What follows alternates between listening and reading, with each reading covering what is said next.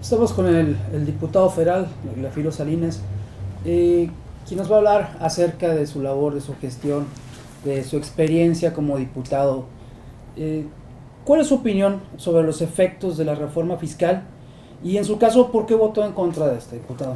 Bueno, mira, básicamente lo más importante por lo cual te puedo decir que votamos en mi bancada, después de discutirlo bastante, analizarlo, es el hecho de que pues, era una reforma recaudatoria con aumento de impuestos, que traía como parte importante la homologación del IVA, el IVA a las importaciones temporales, la deducibilidad parcial de los gastos por conceptos de sueldos y salarios y compensaciones y gratificaciones para los empleados y trabajadores, lo que obviamente iba a restringir la posibilidad de crear fuentes de trabajo y sobre todo nuevas contrataciones por parte de la empresa.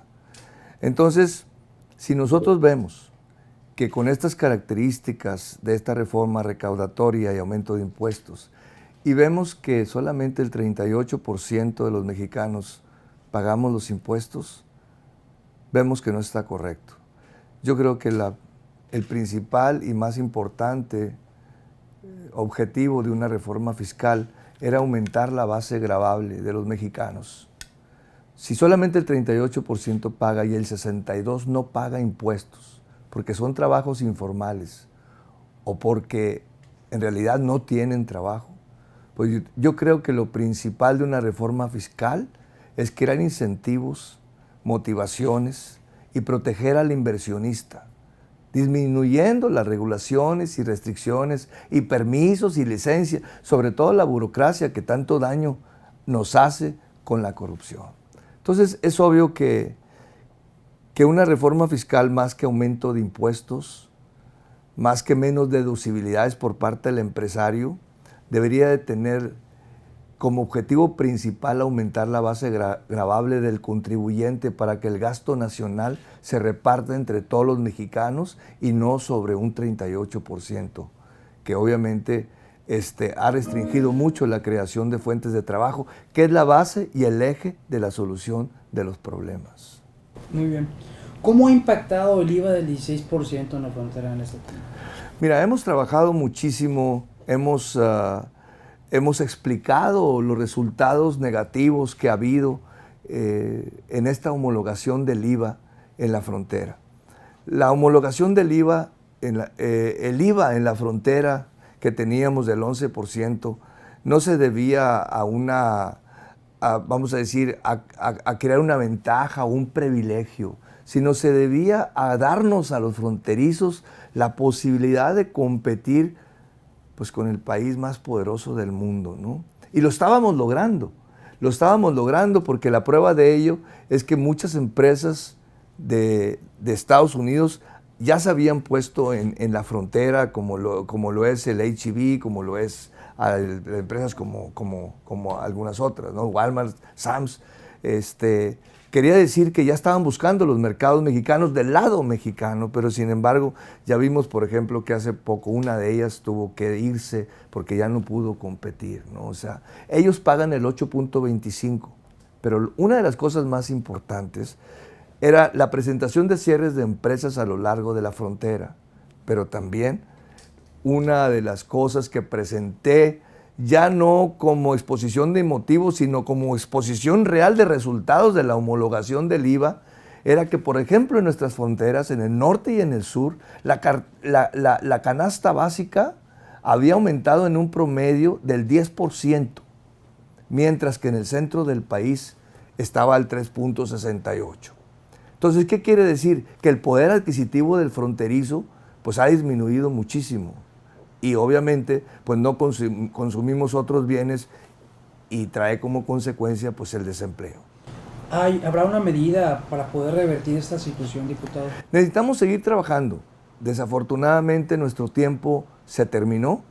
Yo subí una vez a reclamar con exposición de motivos que el IVA no debería de homologarse en la frontera. Después subí, pero ya no con exposición de motivos, sino con resultados reales pidiendo se revertiera. Volvimos a recibir una negativa por parte de la mayoría del PRI, de la Nueva Alianza y parte del PRD.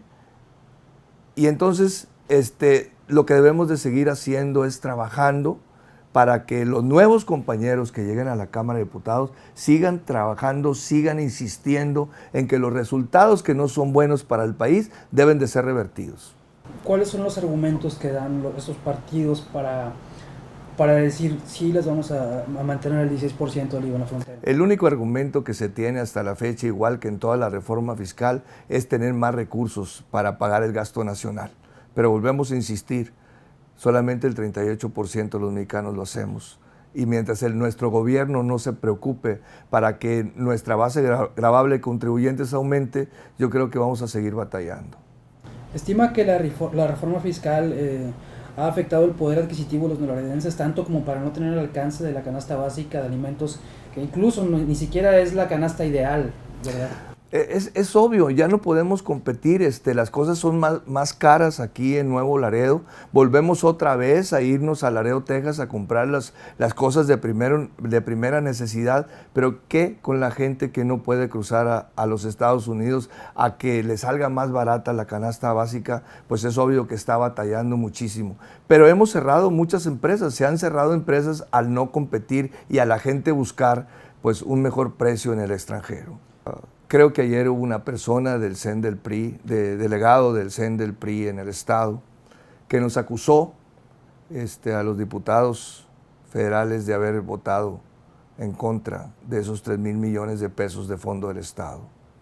Mira, nosotros habíamos advertido, dijimos muchas veces en tribuna, que al poner la homologación del IVA, nuestro poder adquisitivo iba a disminuir, las fuentes de trabajo, iba a haber una contracción en las fuentes de trabajo y no solamente eso, sino iba a haber desempleo. Ellos quisieron después hacer una propuesta, una iniciativa para que se le diera al gobierno del estado un fondo de 3,000 millones de pesos para que esos efectos negativos producto de la homologación del IVA fueran compensados con esos 3,000 millones de pesos y repartidos por el gobierno del estado a la gente que no pudiera resolver sus problemas económicos. Yo creemos los panistas que lo que estos señores ignoran es que nuestra gente lo que quiere es una vida digna, no que les regalen nada. Primero, ¿cómo se van a repartir esos 3,000 millones de pesos entre las personas que lo necesiten? ¿Sí? ¿Cuáles van a ser las reglas y los procedimientos? Creemos que volvemos a caer en el mismo problema de los programas de desarrollo social que son manejados de manera parcial a favor de una política, a favor de la política. Volvemos a caer en esa doctrina de crear pobres en México para después explotarlos políticamente. Ya no lo podemos aceptar. ¿Es una medida populista? Creo que estamos seguros de eso, estamos seguros. Lo que tenemos que hacer, te lo repito, lo que tenemos que hacer, y estaba bien definido en nosotros, es crear incentivos y motivar y proteger al empresario. Eso era lo que tenemos que hacer. Tenemos que promover la inversión nacional y extranjera en nuestro país. Y obviamente, cada vez que aumentemos los impuestos hay que pensarlo muy bien. Una de las razones por las que la gente vive en la pobreza es precisamente por todo el dinero que se nos va en corrupción. ¿Cuál es su punto de vista acerca del plan anticorrupción, diputado? Mira, si hicimos dos proyectos muy importantes, fueron 31 reformas constitucionales que pretenden cambiar el destino del país hacia un lugar mejor para los mexicanos. Está la reforma la reforma anticorrupción y la de transparencia, que son las dos fuerzas que pretendemos emplear. Mira, a México le cuesta 1,5 billones de pesos la corrupción. 1,5 billones al año.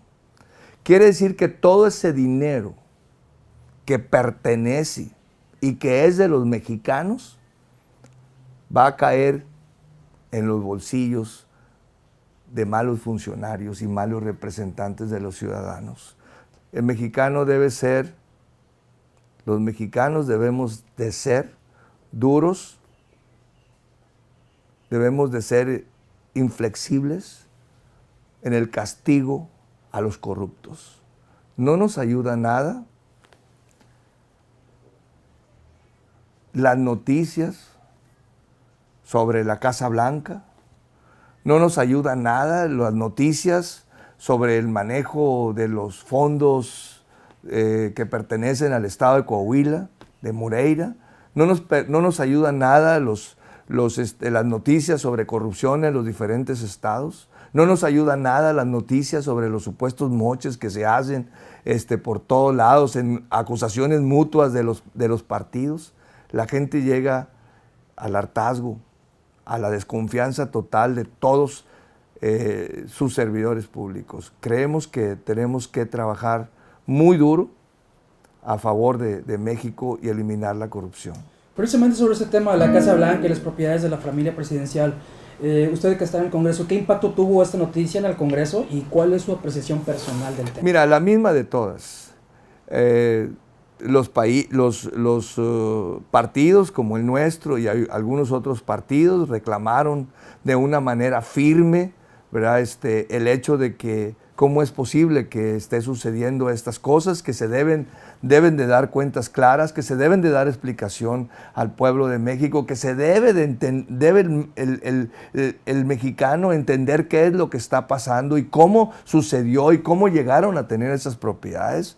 Sin embargo, el PRI volvió a insistir en que esas investigaciones y esas aclaraciones no se hicieran. Sin embargo, México sigue reclamando, México sigue insistiendo en que le den una explicación, y yo creo que el presidente de la República debe de voltear y debe de decirle al mexicano, y debe aclararle y explicarle al mexicano que esos bienes que él tiene fueron adquiridos de una manera correcta y honesta, para que los mexicanos puedan tener una percepción a favor del gobierno. Muy bien, pasando a otro tema. La candidata del PAN por el Distrito 1 a la Diputación Federal presentó en una conferencia de prensa las 3 del cambio. ¿Qué nos puede decir usted? Mira, esos son análisis, estudios que se han hecho por parte de nuestro partido.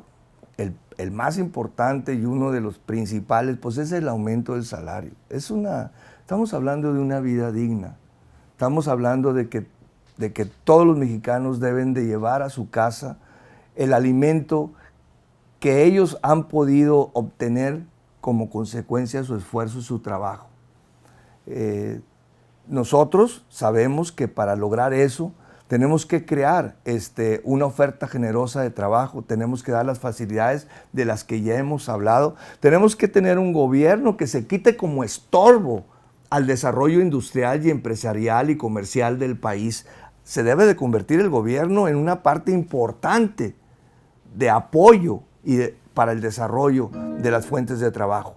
Nosotros sabemos que si no creamos esa oferta generosa de trabajo para que los mexicanos tengan una manera digna de vivir, no podremos tener nunca una remuneración justa. Sabemos el camino, lo entendemos perfectamente y tenemos los programas, y en eso se basan los 3 ejes y los 3 por qué de cualquier partido, y obviamente nuestra candidata los entiende perfectamente bien.